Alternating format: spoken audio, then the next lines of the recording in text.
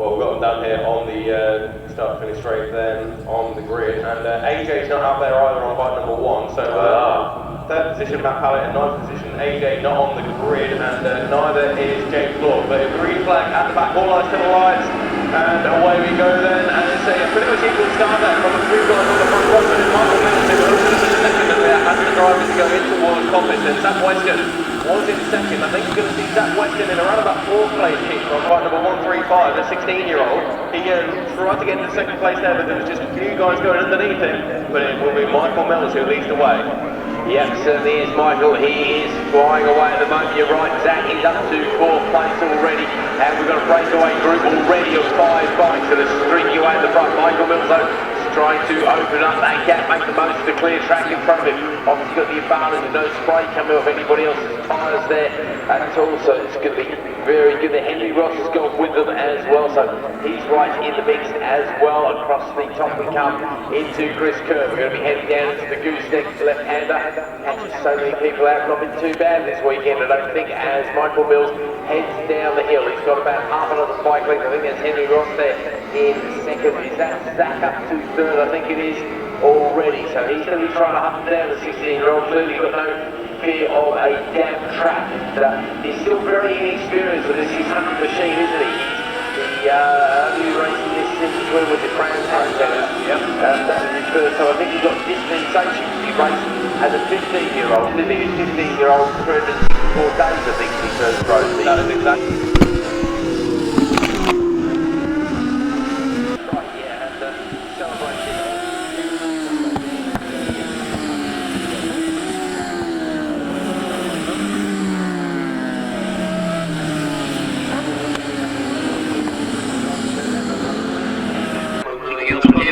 Yeah, out of barn already, and it is the 56 of Michael Mills, and who will lead across the line over Henry Ross on 141.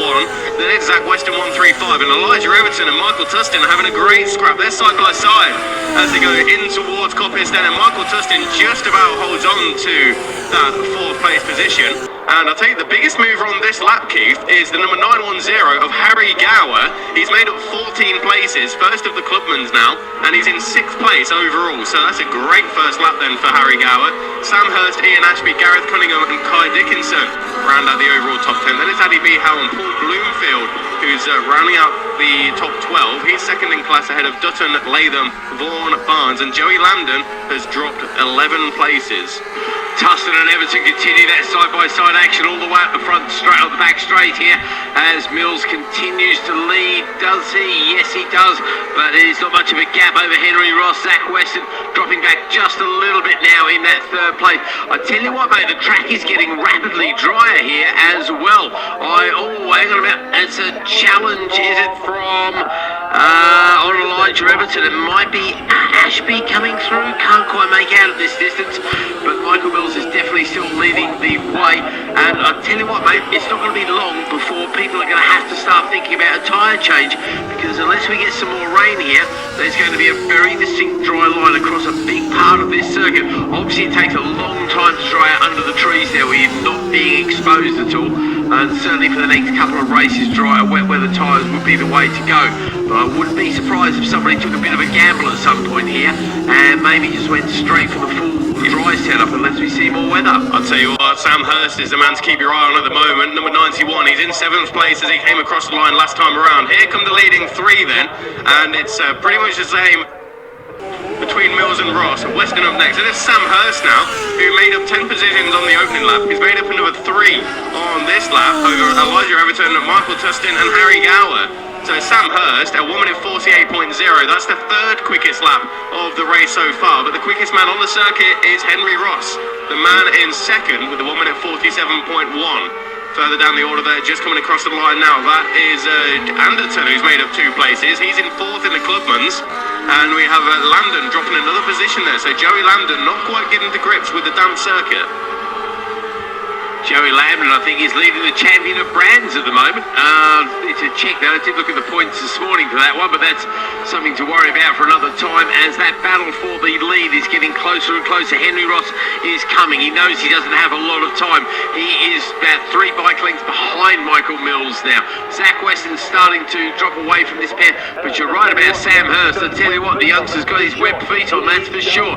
He is going for it. That's who I saw making a move on Everton at the bottom of Mansfield there. Elijah, the local man from Horncastle, of course.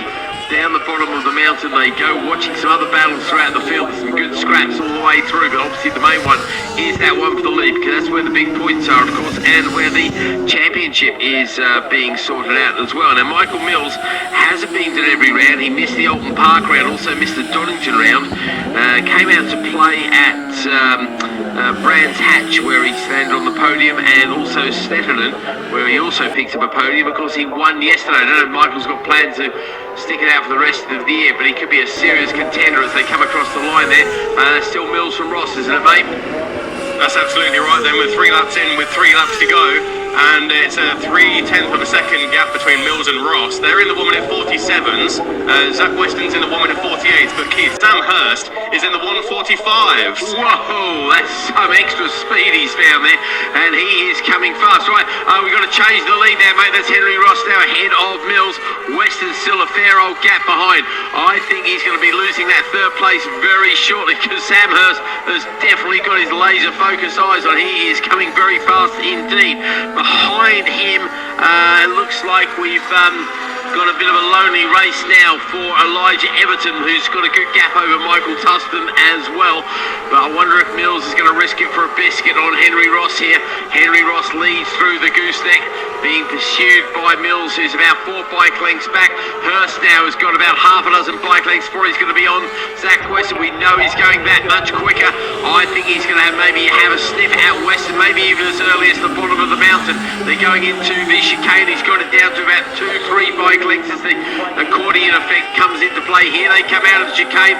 Have a look at Hurst. He's coming fast, mate. Yeah, I've got him here, and he's not made a move into the bottom of the mountain here, but he's going to be right in the wheel tracks of Zach Weston as he goes through the left and the right, over the top of the mountain, and then on towards Hall Bends. But I'll tell you what, Sam Hurst, he closes up so much into the corners there. That is where he's making up the time, it would seem, on the brakes here, and he's gone purple in sector number 1 as well.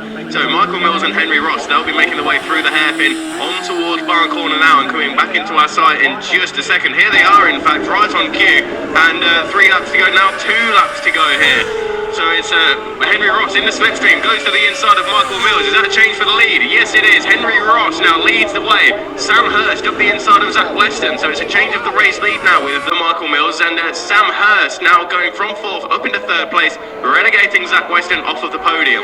Elijah Everton up next. Michael Tustin is just coming across the line now, ahead of Gareth Cunningham, and there's Michael Tustin's done a 1:53 on that lap, and Gareth Cunningham's in the 49, so Gareth Cunningham will certainly be looking for a way through on the number 164 of Michael Tustin. Harry Gower there in 8th place, first of the Clubmans on the Triumph.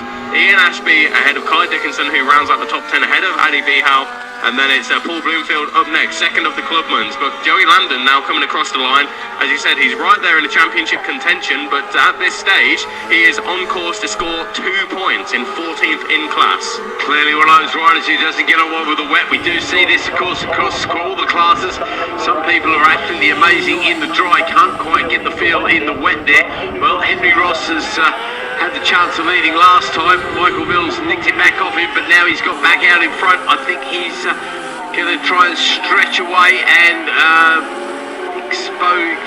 increase that lead, but Sam Hurst is also getting that gap closer and closer. Now, I don't know if Hurst is going to have the pace to be able to challenge Mills in front of him, but he is still going a couple of seconds quicker. And if I look at the screen, has he gone purple again in sector 1? He has, hasn't he? Purple in sector 1, but the trouble is, it's now 0.3 of a second quicker than Henry Ross, and I don't think we've got enough time in the race now, as we're coming on to the last lap then, as Henry Ross comes out of barn and takes the last lap flag. Michael Mills up next. There is Sam Hurst. That's the gap, Keith, between Michael Mills and Sam Hurst. Sorry, mate, we've got a tumbler down there at the gooseneck. I'm not quite sure who the rider is. I can see him up and walking away absolutely fine. Too busy trying to pay attention to leaders. I'm looking on the timing screen. It looks as though the 55 of Addy Bihal hasn't come into the second sector, unfortunately. So the 55 of Addy Bihal, who was 10th in class, may be the rider you're looking at there. Gareth Cunningham is through on Michael Tustin, and Michael Tustin now coming under some pressure from Harry Gower, who goes around the outside on the way in towards Coppice. So Michael Tustin not quite getting to grips with the wet track conditions again there, likewise with Joey Landon. But the man with the need to look on is that of Sam Hurst. He's in the 40s now. I'm watching him, mate. I've got the leader, Henry Ross, coming through the gooseneck now, and then there's a battle between the next two, and here's Mills just ahead, no overtaking, of course, of the goose. Hurst, though, going down the inside of Mansell, and he forces the second place man to lift it up a little bit. Hurst has got so much confidence in that front end. And I tell you what, if we had another lap here, mate, I reckon we'd be going for a grandstand finish for the lead, because look at Sam Hurst, he's absolutely flying. He's going to have pole position for the next race, isn't he, mate? He'll be doing a rain dance. Him and the rest of the team, Valley 91, they'll be getting their sombreros on the fire, getting them burnt, getting that rain to come down, I reckon, because he clearly loves the wet, doesn't he? He's going well in it, isn't he? He's splashing his way around there, and he started 17th on the grid. So 17th up into second place now as we're watching for our race leader to make the way out of barn in just a moment's time. A few of the tail enders coming across the line now, but here is the number 141 of Henry Ross. He is the man who will take the 25 points in this race. There goes Sam Hurst, and you can see him shaking his head in delight as he comes across the line then to go from 17th to 2nd in the MRO 600s in just 6 laps around the down at Cadwell Park. Great stuff there for Team Valley 91 and Sam Hurst, and it was the fastest lap of the race, Keith, on that final lap, a 1 minute 43.792 compared with that of Mills, a 1 minute 47.3. So Sam Hurst really had the pace in that race. Well, Sam Hurst, that's his first podium all year, actually. The youngster who, of course, has done so well in the rookie and indeed the Clubman championships in past years. He's no stranger to a podium, but now he's in the main MRO 600 class. He's been close, but not been able to take a medal home. So he'll be absolutely delighted with that, and yeah, that's so good of him, and say pole position for the next race, so let's see what he can convert from there. Now, as I